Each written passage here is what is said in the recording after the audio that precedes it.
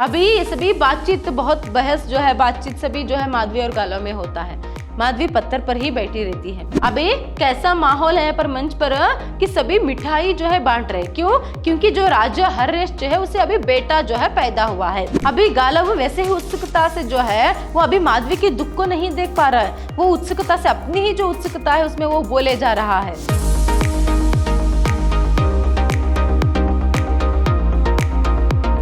नमस्कार, मैं हूँ हर्षिता, हिंदी लेक्चरर, विद्याश्रम कॉलेज मैसूर। आज हम मैसूर यूनिवर्सिटी के 4th सेमेस्टर बीकॉम के हिंदी पाठ्यक्रम से माधवी नाटक जो है उसे देखेंगे। माधवी नाटक के लास्ट सेशन में हमने देखा था कि जो गालव है वह माधवी को अयोध्या नरेश हर्यश्च के पास जो है छोड़कर जाता है। क्या है, 200 घोड़ों की यहाँ पर बात करके वह क्या करता है, यहाँ पर माधवी को हर्यश्च के पास जो है छोड़कर जाता है। तो पाठ यहाँ तक हुआ था। चलिए आगे का जो पाठ है अभी हम देखेंगे आज के सेशन में। देखिए, अभी अयोध्या में उत्सव का समय है, नृत्य संगीत चल रहा है। राजा को पुत्र लाभ होने पर राज्य के कर्मचारी जनसाधारण में मिठाई बांट रहे हैं। थोड़ी देर बाद वे वहां से हट जाते हैं। देखिए अभी कैसा माहौल है पर मंच पर कि सभी मिठाई जो है बांट रहे। क्यों? क्योंकि जो राजा हर्ष जो है उसे अभी बेटा जो है पैदा हुआ है।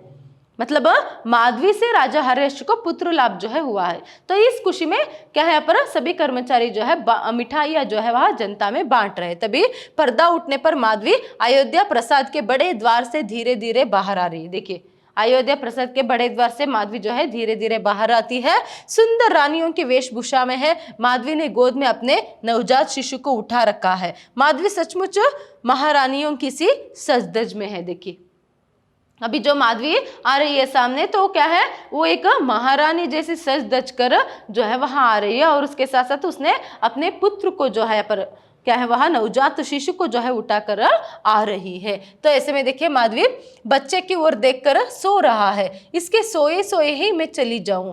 एक हाथ से बच्चे का माता सहलाती है, बच्चे को एक बार चूमती है और फिर उसे दाई की बाहों में दे देती है। देखिए जो माधवी सामने आती रहती है ना, उसके पीछे दाई और कुछ सेविकाएं भी जो है वहां भी आते रहते हैं। तो ऐसे में माधवी अपने गोद में जो है बच्चे को लिए खड़ी है। तो ऐसे में वो पहले एक बार बच्चे की शक्ल को देखती है और देखकर जो है वो सोचती है कि अभी बच्चा जो है वह सो रहा है। तो ऐसे में वह उसकी माता जो है वह सहलाती है। फिर क्या है, वो ये कहती है कि क्या है, अभी इसके सोए सोए ही मैं चली जाऊंगी करके वो दाई के हाथ में जो है बच्चा यहाँ पर देती है। तभी देखिए नेक्स्ट, दाई बिल्कुल आप पर गया है महारानी, आप ही जैसा गोरा रंग है। देखिए ऊंचा ललाट, कितनी प्यारी सी तीखी नाक। देखिए अभी क्या है, जैसे ही वो बच्चा जो है माधवी दाई के हाथ में देती है तो दाई जो है उसे अपने गोद में लेते हुए उसे देखकर ये बात कहती है कि क्या है, वो आप ही की तरह सुंदर है। बेटा जो है आप पर ही गया है। देखिए उसका ललाट जो है ऊंचा है और तीखी नाक है, कितना सुंदर चेहरा है, इस तरह से भी कहती है। तभी माधवी, क्या नाम रखा है महाराज ने इसका? देखिए माधवी यहाँ पर पूछ रही है कि क्या है, उसके बेटे का नाम महाराज ने क्या रखा है? तभी दाई, आप नहीं जानती महारानी, इसका नाम वसुमना रखा है। बच्चे को दाई की गोद में से ले लेती है। अभी भी लौट चलिए महारानी, आप तो युवराज की माँ हैं, आप अयोध्या की पटरानी बनेंगी, आप जाती ही क्यों हो? देखिए अभी यहाँ पर उसके प्रश्न के उत्तर देते हुए दाई कहते कि इसका नाम वसुमना रखा है महाराज ने। देखिए, क्या आप नहीं जानती महारानी, इसका नाम महाराजा ने क्या रखा है? पर हर्ष ने वसुमना करके। और ऐसे कहते ही क्या है, यहाँ पर वो फिर से दाई के हाथ से अपने बेटे को जो है वसुमना को जो है वह ले लेती है। फिर उसे देखने लगती है। तभी दाई कहती है कि क्या है, आप क्यों जा रही हो, अब वापस लौट चलिए ना, और आप तो युवराजा के माँ हो। क्या आपका जो पुत्र है वह आगे चलकर राजा बनने वाला है, तो ऐसे में आप पटरानी बन सकती हो, चलिए अंदर चलिए, आप क्यों जा रही हो? इस तरह उसे रोकने की कोशिश जो है वह करती है दाई। तो ऐसे में माधवी, माँ नहीं, केवल जन्म देने वाली, मैंने केवल इसे जन्म दिया है, बच्चे को दाई की बाहों में लौटा देती है। बच्चे को सौंप देने के बाद माधवी अपने सिर से मुकुट उतारकर बांदी के हाथ में दे देती है। फिर कंठहार तथा एक एक करके सभी आभूषण उतारकर बांदी को दे देती है। यहाँ तक कि बढ़िया ओढ़नी भी उतार कर दे देती है। ये सब महाराज को लौटा दो, रानियों के वस्त्र आभूषण मेरे नहीं है, अब तुम जाओ, बच्चे को महाराजा की गोद में दे दो। माधवी देर तक आंखों से ओझल होते बच्चे को देखती रहती है। माधवी, मुझे क्या हो गया है? गालव गालव क्यों नहीं आया? देखिए यहाँ पर अभी दाई जब बोलती है कि आप अंदर चले जाइए, मतलब माधवी वहां से जाने के लिए, निकलने के लिए जो है पर बाहर आती रहती है। देखिए यहाँ पर क्या बात हुई थी, माधवी से हरेश को एक पुत्र लाभ होगा, तो उसके पुत्र लाभ होने पर क्या है, माधवी को यहाँ पर गालव को वापस लौटाना, उसके साथ साथ 200 घोड़े भी जो है हरेश को देना है करके। तो ये बात हुई थी। तो ऐसे में अभी माधवी बच्चा भी यहाँ पर पैदा हो गया, तो उसे छोड़कर जो है जा रही है बाहर। तो ऐसे में वो गालव के इंतजार में है। तो ऐसे में जाते समय ही दाई से जो है पर वह कहती है कि क्या है, अभी मुझे जाना है। वो कहती है ना, रुक जाइए महारानी करके, तो वो कहती है कि नहीं, मुझे अभी जाना है। और दाई कहती है ना, ये आपका पुत्र है करके। तो ऐसे में वो कहते हैं कि क्या है, मैं सिर्फ माँ नहीं हूँ, मैं सिर्फ पैदा करने वाली हूँ, उतना ही, मैं उसे जन्म देने वाली हूँ। मैं इसकी माँ नहीं बल्कि सिर्फ इसको जन्म देने वाली हूँ। तो ऐसे में इसे ले जाकर, मतलब फिर से वो ऐसे कहते हुए बच्चे को जो है वह दाई के हाथ में देती है। फिर क्या है, दाई से वह कहती है कि ले जाकर इसे क्या है महाराजा के पास दे दो, महाराजा के पास उसके गोद में जो है दे दो करके। फिर ऐसे करके वो एक एक आभूषण जो है उतार कर देती। पहले जो मुकुट रहता है उसके सिर पर उसे, फिर उसके बाद क्या है माला, और जो भी आभूषण, जो महारानियों के वस्त्र जो उसने पहने होते हैं ना, वो सभी वहाँ निकाल कर दे देती है। तो ऐसे में क्या है, वहां देखकर जो है वहां आगे बढ़ जाती है। तुम इससे जाओ, बच्चे को ले जाओ कहते हैं ना, तो वो भी जाते रहते हैं। तो यहाँ पर दाई और कुछ बांदिया जो है बच्चे को लेकर, और जो भी आभूषण उसने उतार कर देते वो लेकर यहाँ पर क्या है महल के अंदर जा रहे, और माधवी महल के बाहर जा रही है। तो वो माधवी जो है यहाँ पर क्या करती रहती है, देर तक क्या है अपने बच्चे को ही वहां देखती रहती है, ओझल होते हुए बच्चे को ही वहां देखती रहती है। फिर बाहर आती है, महल के बाहर आती है, और आकर वहां पर क्या है इधर उधर देखते हुए, अभी तक गालव क्यों नहीं आया, मुझे कैसा यहाँ पर क्या हो रहा है, इस तरह सभी वहां सोचती है। तभी देखिए एक पत्थर पर बैठ जाती है और दोनों हाथों से मुंह ढांप लेती है। गालव का प्रवेश बाई ओर से। गालव पहले जैसा ही है, उलझे बाल, दृढ़ प्रतिज्ञा चेहरा, व्यवहार कुशल भाव भंगिमा।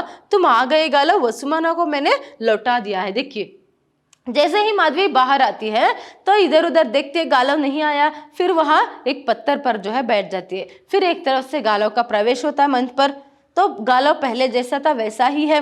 देखिए वहां क्या है, एक व्यवहार कुशल भाव भंगिमा उसकी है, उलझे हुए बाल और दृढ़ प्रतिज्ञ चेहरा उसका है। तो ऐसे में वो आते ही यहाँ पर देखिए माधवी क्या कहती है, तुम आ गए गालव, अभी अभी वसुमना चला गया करके वहां कहती है। तभी देखिए गालव, वसुमना? कौन वसुमना? माधवी, वसुमना मेरा पुत्र। गालव मुस्कुराकर, ओ तुम्हारा नहीं माधवी, महाराजा हर्षेश्वर का पुत्र, अयोध्या का युवराज। देखिए जैसे ही यहाँ पर गालव पूछता है कि वसुमना कौन, वसुमना करके, तभी वो कहते हैं कि मेरा पुत्र। माधवी क्या कह रही है पर, मेरा पुत्र है वसुमना, जिसे क्या है पर कुछ समय पहले उसने जन्म दिया था, तो मेरा पुत्र है करके। तभी देखिए पर गालव कह रहा मुस्कुरा कर, वो तुम्हारा नहीं माधवी, हर्षेश्वर का पुत्र है। जो महाराजा है ना अयोध्या के, उसके महाराजा जो है हर्षेश्वर का पुत्र है, और वो बाद में अयोध्या का युवराजा है। तो इस तरह पर वह कहता है। तभी गालव, तुम्हें भावुकता से बचना चाहिए माधवी। देखिए कहते हुए वो कहता है कि क्या है, तुम्हें भावुकता से बचना चाहिए। मतलब वो माधवी पर कहती है वो मेरा पुत्र है, मेरे कोख से उसने जन्म लिया है। तो इस तरह से भी कहने पर वो भावुक होते देख जो है गालव ये बात कहता है। तभी माधवी, तुम्हें घोड़े मिल गए? गालव, हाँ माधवी मुझे घोड़े मिल गए, 200 घोड़े। माधवी, घोड़े? ओ हाँ गालव, तो घोड़े मिल गए। देखिए पहले पर माधवी पत्थर पर बैठी हुई है। जब वो वसुमना की बात करती है, उसे बहुत दुख होता रहता अपने क्या है पर बच्चे से बिछुड़ने की दुख। तो ऐसे में यहाँ पर जब वो वसुमना की बात करती है तो गालव कहता है कि तुम उसे भूल जाओ, क्योंकि वो तुम्हारा बेटा नहीं, अयोध्या नरेश हर्षेश्वर का बेटा है। तो ऐसे में क्या है, अभी तुम भावुक तुम्हें नहीं होना है करके। तो ऐसे में वो ठीक है करके दूसरा जो प्रश्न है, घोड़े मिल गए क्या करके पूछती है। तभी वो कहता है हाँ घोड़े मिल गए, 200 घोड़े मिले, कितने सुंदर घोड़े थे, ऐसे उत्सुकता से वो बोलता है। फिर बाद में माधवी देखिए उसके बोलने पर भी वो फिर से पूछ रही कि हाँ घोड़े, वो गालव तुम्हें घोड़े मिल गए क्या करके, मतलब दोबारा वही प्रश्न पूछ रही है, क्योंकि उसका मन वहां पर नहीं है। माधवी का मन जो है यहाँ पर अपने बेटे वसुमना के पास है, इसीलिए वो यहाँ पर खोई खोई सी ऐसे बातें जो है कर रही है। तभी गालव उसी तरह छेकते हुए, मैंने सोचा मैं कहाँ 200 घोड़े हाँकता फिरूंगा, उन्हें अभी से बेच दूं। गुरुदेव इन्हें पाकर प्रसन्न ही होंगे, सोचेंगे कि गालव का वचन पूरा होने लगा है, हम स्वतंत्र है। देखिए अभी गालव वैसे ही उत्सुकता से जो है वो अभी माधवी के दुख को नहीं देख पा रहा है, वो उत्सुकता से अपनी ही जो उत्सुकता है उसमें वो बोले जा रहा है। क्या है, हाँ वो 200 घोड़े कितने सुंदर थे पता है, और मैंने सोचा कि उन 200 घोड़ों को मैं कहाँ से पर हाँकते फिरूंगा, तो इसीलिए क्या है मैंने तभी यहाँ पर गुरुदेव के पास भेज दिया। मैंने सोचा कि गुरुदेव भी जो है इसे देखकर, इन्हें देखकर जो है 200 घोड़ों को वह खुश हो जाएंगे और सोचेंगे कि गालों की जो प्रतिज्ञा पूर्ति है वो हो रहा है करके। तो ऐसे में और हम भी अभी स्वतंत्र है। देखिए अभी माधवी और गालव दोनों क्या है, स्वतंत्र है। तो माधवी स्वतंत्र है, गालव तुमने क्या कहा?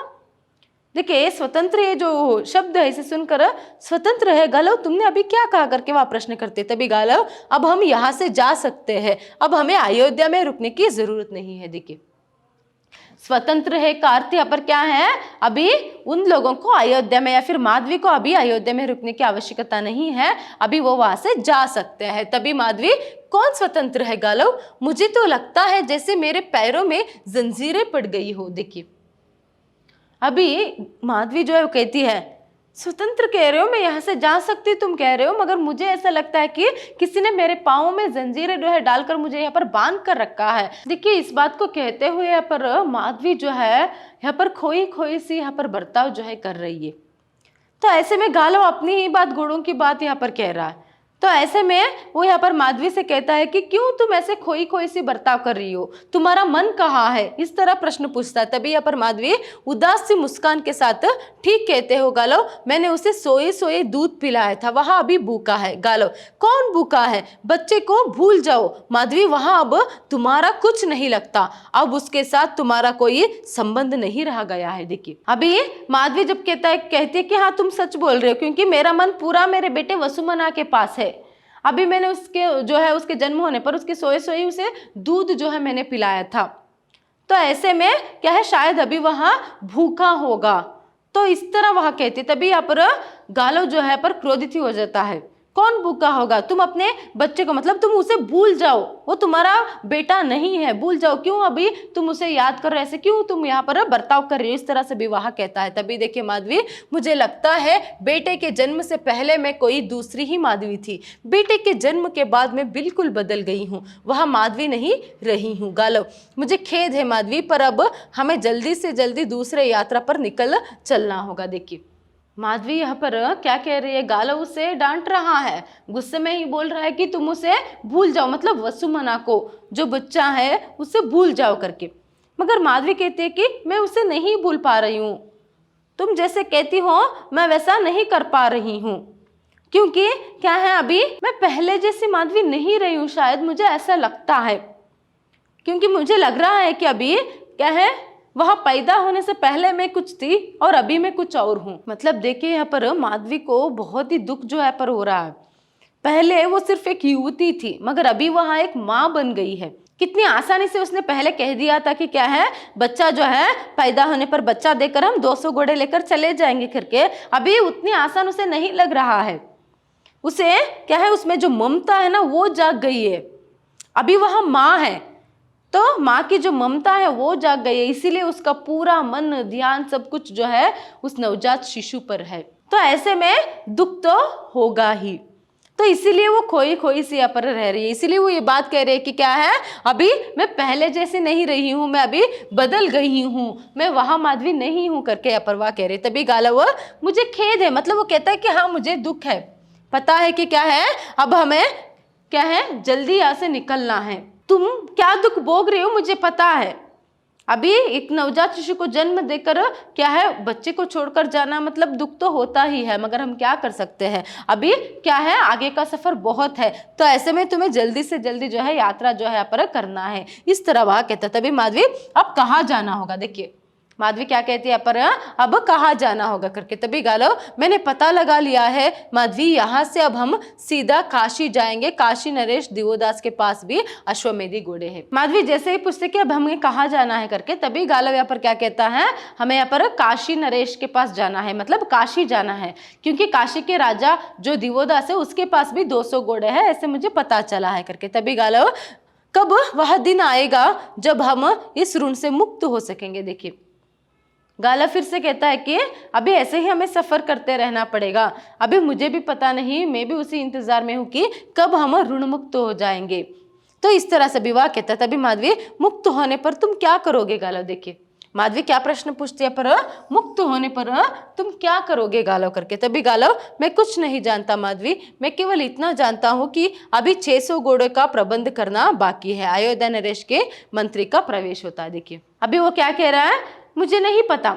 जैसे ही यहाँ पर माधवी पूछती है मुक्त होने पर क्या करेंगे करके, तभी यहाँ पर मुझे पता नहीं, मैंने अभी तक उसके बारे में कुछ भी नहीं सोचा है, क्योंकि मुझे फिलहाल किसकी चिंता, अभी बाकी 600 गुणों का इंतजाम जो करना है उसकी चिंता है करके। तो ये दोनों ऐसे बातचीत करते रहते हैं, इतने में यहाँ पर क्या है, मंत्री का प्रवेश जो है होता है। तो मंत्री आकर यहाँ पर क्या कहता है, देखिए मंत्री माधवी से, महाराज ने आपको याद किया है देवी। माधवी मेरे लिए क्या आदेश। मंत्री महाराज ने कहा है कि संभवतः अभी आप इस स्थिति में नहीं है कि यात्रा कर सके। महाराज ने कहा है यदि आप चाहें तो जन्मोत्सव की समाप्ति के दिन तक अयोध्या में निवास कर सकती है। देखिए मंत्री आकर माधवी से कहता है कि क्या है, महाराजा ने आपको याद किया है, तो क्या आदेश है करके माधवी पूछती है। तभी यहाँ पर वो कहते हैं कि क्या है, अभी महाराज ने ऐसे सोचा है कि क्या है, अभी आप कुछ सफर करने के स्थिति में नहीं हो, तो ऐसे में आप चाहे तो क्या है, बच्चे के जन्मोत्सव तक की समाप्ति के दिन, मतलब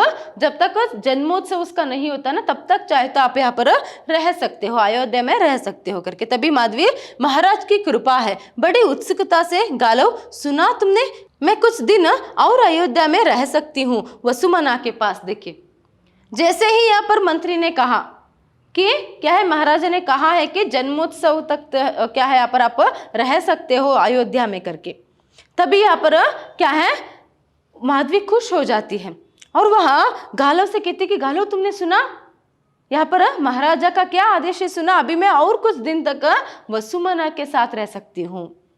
देखिए अभी वो कुछ दिन और पुत्र के साथ रह सकते हैं, इसकी खुशी जो है उसे होती है। तभी मंत्री अनुबंध के अनुसार पुत्र लाभ होने पर महाराजा ने अपना वचन पूरा कर दिया है, घोड़े जुटा दिए हैं और देवी राजप्रसाद में न रहकर प्रसाद के बाहर अतिथि मंडप में रहेगी। देखिए जैसे ही माधवी कहती है कि वो वसुमना के साथ रह सकती है करके, तभी मंत्री ये बात कहता है कि क्या है, अनुबंध के अनुसार, मतलब मानो कि इस तरह कॉन्ट्रैक्ट हुआ था कि क्या है, बच्चा जो है इसे जन्म देना है तो पुत्र लाभ होने के बाद वो 200 घोड़े दे देंगे। वैसे क्या है, महाराज ने 200 घोड़े का जो प्रबंध है वो कर दिया है, मगर ऐसे में माधवी अभी मुक्त है, तो ऐसे में वो क्या है, महल में नहीं रह सकती, उसे अभी कहाँ रहना है, बाहर अतिथि मंडप में जो है यहाँ पर रहना है, माने गेस्ट हाउस की तरह, तो वहां पर जो है रहना है। तो ऐसे में माधवी अवसादपूर्ण मुस्कान के साथ, बेटा अंतपुर में रहेगा, माँ बाहर अतिथि गृह में, इस भांति माँ स्वास्थ्य लाभ करेगी। महाराज को भी मेरे सुख की चिंता है, क्या कोई और आदेश भी दिया है महाराज ने। देखिए अवसादपूर्ण मुस्कान के साथ इस बात को सुनकर, मंत्री की इस बात को सुनकर कि उसे क्या है पर अतिथि मंडप में रहना है, तो ऐसे में उसे बहुत ही दुख होता है। अवसाद मतलब क्या है, दुख, एक दुख भरी मुस्कान के साथ वह कहती है कि क्या है, बेटा अंतपुर में रहेगा और माँ बाहर अतिथि गृह में, तो ऐसे में उसका स्वास्थ्य लाभ कैसे हो सकता है। देखिए अभी जो है उसने यहाँ पर बच्चे को जन्म दिया है, तो ऐसे में उसके स्वास्थ्य भी उतना ठीक नहीं रहता है। जैसे में आप सभी को पता है कि क्या है, यहाँ पर डिलीवरी होने के बाद जो है यहाँ पर माँ का जो स्वास्थ्य है उसका ख्याल रखना कितना जरूरी है। तो ऐसे में यहाँ पर अभी जो है वो कह रही है कि बेटा अंतपुर में महल में रहेगा और माँ बाहर रहेगी अतिथि गृह में, तो ऐसे में माँ और बेटे दूर दूर ही रहते हैं, तो ऐसे में अपने बेटे से दूर होकर कोई भी माँ स्वास्थ्य जो है उसका कैसे अच्छा हो सकता है, वो कैसे आराम यहाँ पर कर सकती है। बहुत ही अच्छा सोचा है महाराज ने, ऐसे व्यंग्य कर रही है वो। और उसके साथ साथ और कुछ भी आदेश है क्या महाराजा का, इस तरह वह पूछते। तभी देखिए मंत्री, महाराज देवी से प्रसन्न है, वे देवी के सुख की कामना करते हैं। उनका कहना है कि मुनि कुमार के प्रति अपना वचन निभा देने के बाद भी वे माधवी देवी को अपनी पटरानी बनाने के लिए तैयार है। देखिए माधवी ने पूछा ना और कुछ आदेश है क्या करके, तब जाकर यहाँ पर मंत्री कहता है कि जो राजा हर्षित है वो माधवी से बहुत ही प्रसन्न है, खुश है।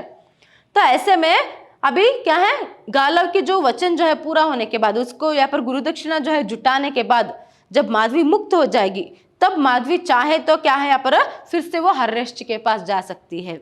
तब वह माधवी को पटरानी जो है यहाँ पर बनाकर रखेंगे, इस तरह यहाँ पर वह कहता है। तभी यहाँ पर माधवी यही उचित था, महाराज को मेरा प्रणाम कहे, मतलब क्या है ये भी अच्छा है करके ऐसे कहते हुए क्या है, महाराज को मेरा प्रणाम कहिए करके वह कहती है। तभी मंत्री, देवी क्या महाराज से विदा नहीं लेंगी? माधवी, तनिक रुक कर, मुझे जिससे विदा लेनी थी ले ली है मंत्री, जो आज्ञा। देखिए यहाँ पर तो इस बात को सुनकर वो कहते हैं कि अभी मुझे यहाँ से जाना है करके। तभी वो मंत्री जो है कहता है कि आप महाराज से विदा नहीं लेंगी, मतलब महाराज से मिलकर क्या है उनसे विदा नहीं लेंगी क्या करके, महाराज से मिलकर नहीं जाएंगी क्या करके। तभी यहाँ पर माधवी क्या कहते हैं, रुक कर, जो जाती रहती वो रुक कर क्या है, मुझे जिससे विदा लेना था मैंने ले लिया, मतलब वसुमना से। इसीलिए प्रारंभ में ही, इस दिन के प्रारंभ में ही वो बच्चे को उठाकर आती है।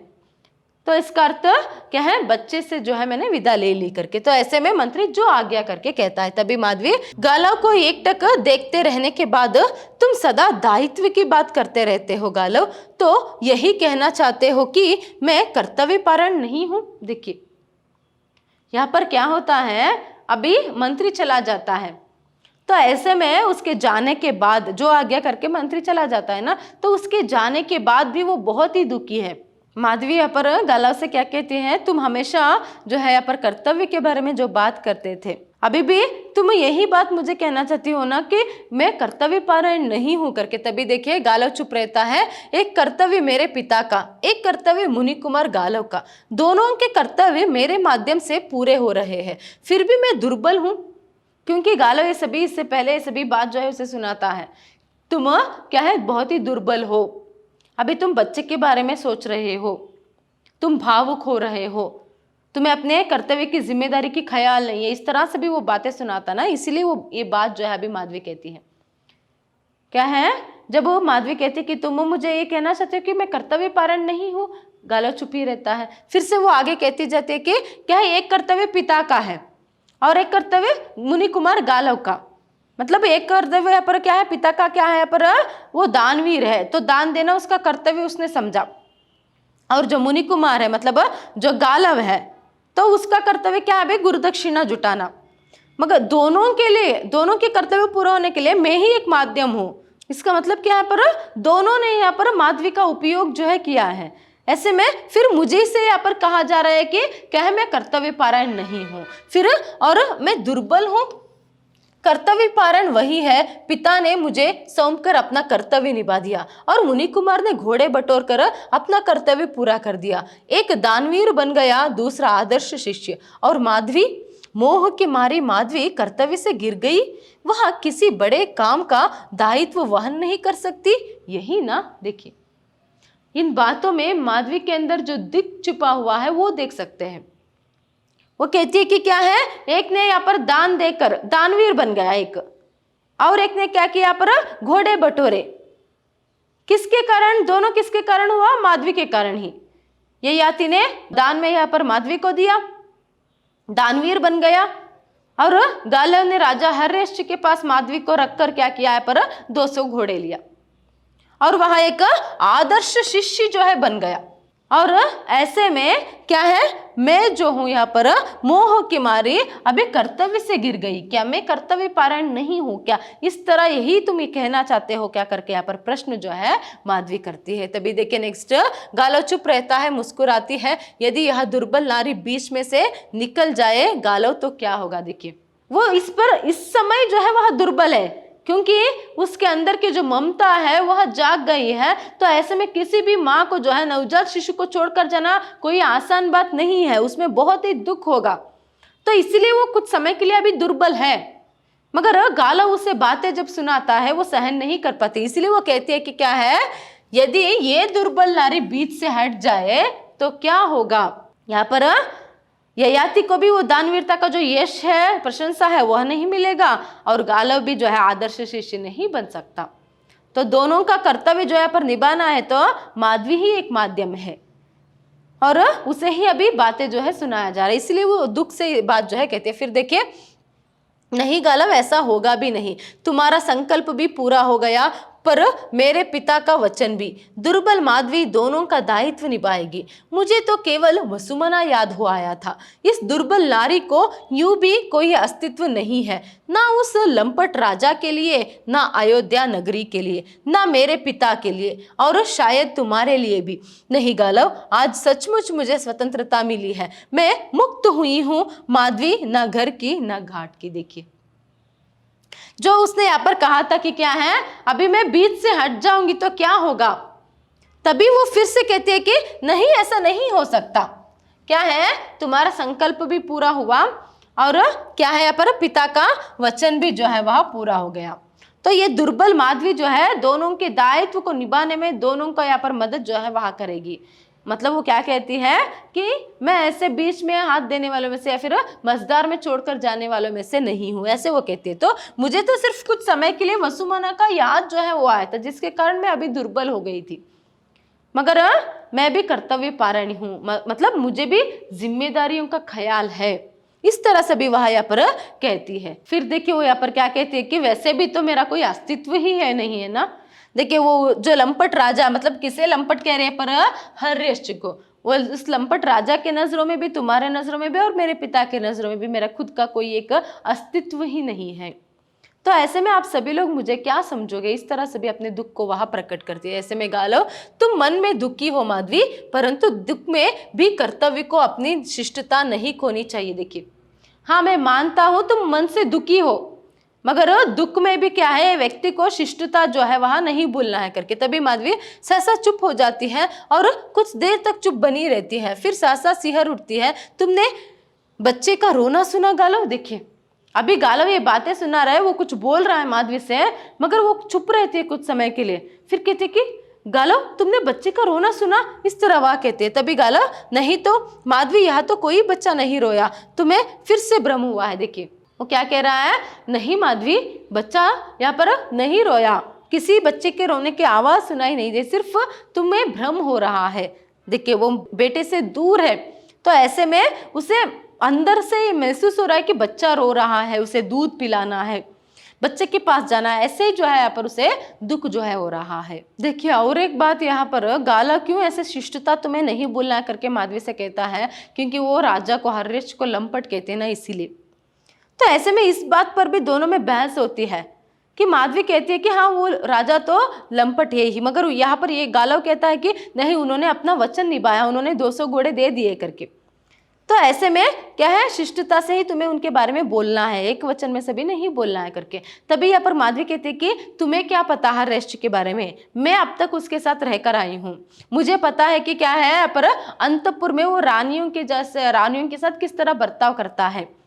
उसने माधवी के साथ अच्छा बर्ताव किया है, मगर जिस रानियों से, देखिए वहां पर अंतपुर में बहुत सारी रानियां रहती है, तो ऐसे में जिस रानियों से उसे पुत्र लाभ नहीं हुआ है, उनको कोई खाने के लिए भी पूछने वाला नहीं है, तो ऐसे में वो स्वार्थी है। तो इस तरह से भी यहाँ पर वह कहते हैं, ये बातचीत यहाँ पर होता है। इसके बाद नेक्स्ट देखिए, माधवी, मैं अपने आने वाले बच्चे का रोना सुन रही थी गालव, अत्यंत व्याकुल होकर चटपटाती हुई सी। ओ गालव, तुमने मुझे किस जलती आग में झोंक दिया है, मैंने तुम्हारा क्या बिगाड़ा था, मैंने अपने पिता का क्या बिगाड़ा था। रोती है, थोड़ी देर बाद सामान्य होने पर क्षमा करना गालव, मैं सचमुच बड़ी दुर्बल हूँ, मैं स्वयं अपनी दुर्बलता पर लज्जित हूँ। चलो गालव, जहाँ ले चलोगे चलूंगी, तुम ही मेरे भाग्य हो गालव, तुम ही मेरी नियति हो। पत्थर पर उठ खड़ी होती है, गालव की कोहनी पर हाथ रखकर। देखिए, अभी ये सभी बातचीत, बहुत बहस जो है, बातचीत सभी जो है माधवी और गालव में होता है। माधवी पत्थर पर ही बैठी रहती है। तो ऐसे में क्या है, यहाँ पर वो कहती है ना कि बच्चे के रोने की जो आवाज है मुझे सुनाई दे रहा है करके, तो वो गालव कहता है ना ब्रह्म है करके। तो ऐसे में कहते कि ब्रह्म नहीं, क्या है, मैं मेरे होने वाले बच्चे की रोने की आवाज सुन रही थी। इसका अर्थ क्या है, अगर वो आगे भी किसी राजा के पास रहेगी तो वहां पर भी जो है उसे पुत्र लाभ जो है उसे होना है। तो ऐसे में और एक पुत्र जब इससे जन्मेगा जो है, तभी क्या है, फिर से उस बच्चे को यहाँ पर राजा को समकर इसे वापस आना है ना, तो फिर से वो और एक बच्चे से यहाँ पर बिछुड़ जाएगी, तो और एक दुख जो है उसे ऐसे ही सहना पड़ेगा। इसकी चिंता जो है वो करती है। फिर वो कहते कि अरे गालव, तुमने मुझे क्या है कौन से आग में धकेल दिया, यहाँ पर मैंने क्या बिगाड़ा था तुम्हारा, मैंने क्या बिगाड़ा था मेरे पिता का, क्यों ऐसे परीक्षा जो है आप लोग मेरे ले रही हो। इस तरह से भी वह कहती है। फिर रोती है कुछ देर के लिए, फिर अपने आंसू पोंछ कर खुद संभाल कर वो कहते कि माफ करना गालव, क्या है मुझे ही अपनी दुर्बलता पर, जैसे तुमने कहा ना मैं दुर्बल हूँ करके, हाँ सच में मैं बहुत दुर्बल हूँ और मुझे खुद अपनी दुर्बलता पर यहाँ पर लज्जा हो रही है, माफ करना। इस तरह कहकर कहते हैं कि चलो तुम ही मेरे भाग्य हो, तुम ही मेरी नियति हो, तुम कहाँ यहाँ पर जाने के लिए बताओगे, मैं वहां चलूंगी करके उसके सहारा लेकर वो पत्थर से उठती है। तभी देखिए गालव, मैं तुम्हारे प्रति बड़ा कृतज्ञ हूँ माधवी। देखिए गालव यहाँ पर क्या कहता है, मैं तुम्हारे प्रति बहुत ही कृतज्ञ हूँ, इस तरह वह कहता। तभी माधवी, तुम किस लिए अपना वचन पूरा करना चाहते हो। गालव, गुरु ऋण से मुक्त होने के लिए। माधवी, बस इतना ही। देखिए माधवी और एक प्रश्न यहाँ पर उल्टा पूछते हैं, क्या है, तुम किस लिए अपना वचन पूरा करना चाहते हो। तभी वो कहता है कि गुरु ऋण से मुक्त होने के लिए। मतलब इसने कह दिया था ना कि आप जो भी गुरु दक्षिणा मांगेंगे मैं दूंगा करके, तो ऐसे में 800 घोड़े मांगे, तो अभी 800 अश्वमेधी घोड़ों का प्रबंध करना है और ऋण मुक्त होना है। और ऐसे में क्या है, यहाँ पर गुरु ऋण से भी मुक्त होना है, क्या देकर, गुरु दक्षिणा देकर। तो ऐसे में माधवी पूछते कि बस इतना ही।